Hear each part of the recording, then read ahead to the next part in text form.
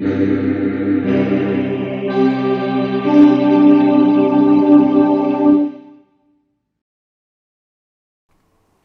good morning, Richard. Hey, how you doing, Steven? I'm doing all right. Hey, welcome to my front porch. Yeah, outside. For a Outside, we're change. together today. Yeah, yeah.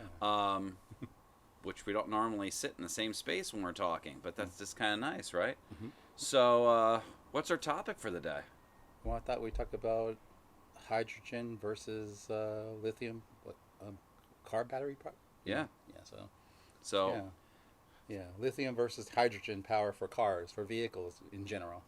So, very cool. So we're familiar with the lithium cars. mm-hmm. You Mm-hmm. know, having being in the Teslas and a lot of the hybrid cars.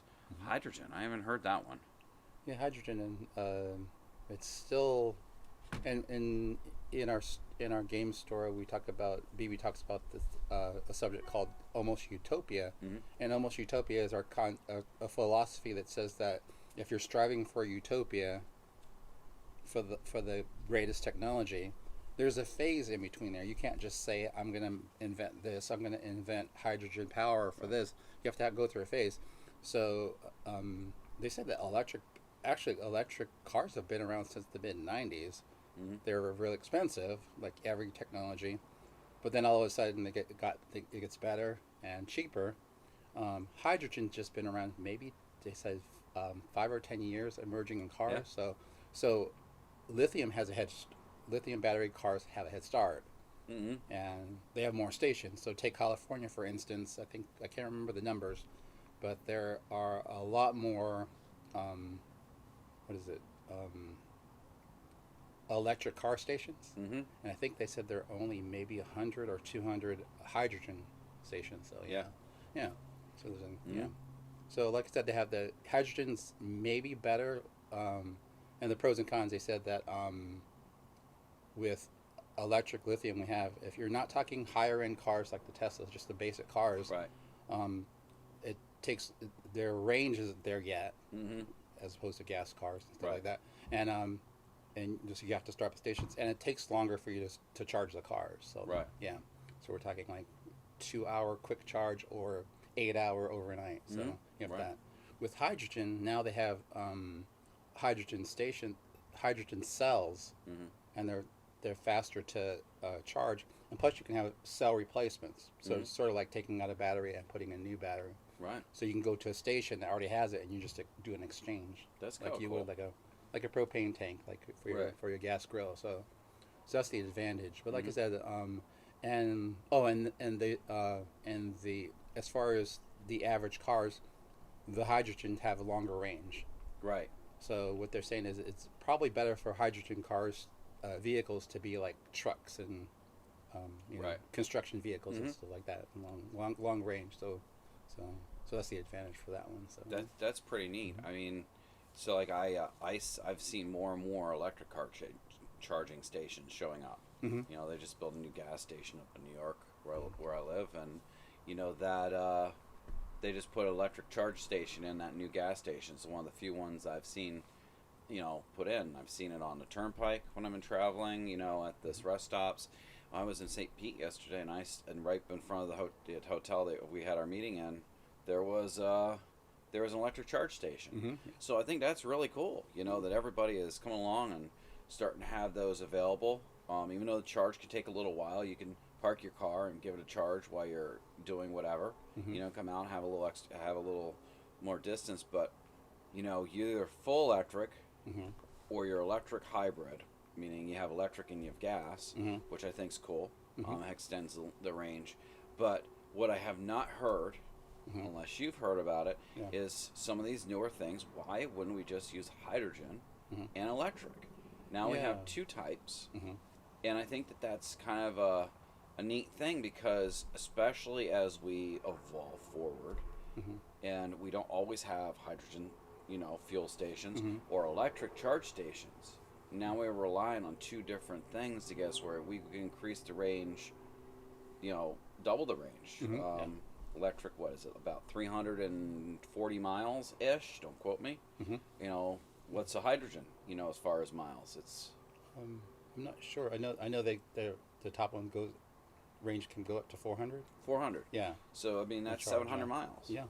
So, you know, that's, you know, a 10-hour car trip. Mm-hmm. You know, or an 8-hour car trip, or Mhm. a 10, or you know, you get my point. So that's one full day of travel Mm-hmm. versus I've traveled now. You know, for people that like to travel, you Mhm. know, I've driven half my distance I need to get for the day. Now I got to stop and charge.